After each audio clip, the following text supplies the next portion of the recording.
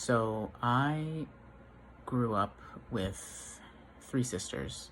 While I was never really kind of like a boy's boy, I still sort of had parts of me that felt like, oh, I have to be the man and sort of that whole mentality. I grew up around mental illness with my sister and my mom, and so at some point in my life I decided like, okay, I need to be strong and I've got to always be on top of it and be pulled together. And the result of that was that eventually I ended up breaking down from just bottling everything in and bottling everything up and keeping my walls up, not sharing with the people that I love and the people in my life.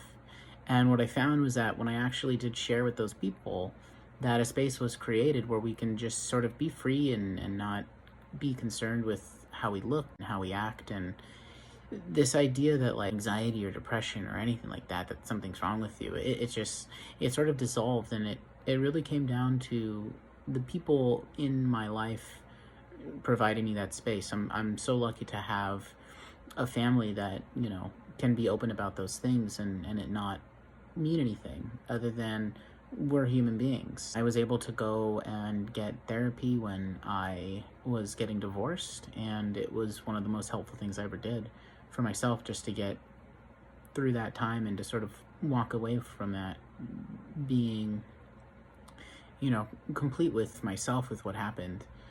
I'm excited for the future and for how things are going when it comes to mental health, especially with men.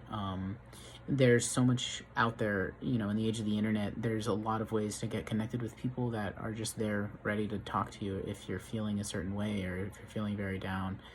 And I'm also excited that the conversation is shifting. I find so much hope in seeing the conversation around mental health shift into something that creates space for people to just be open with one another and to just share.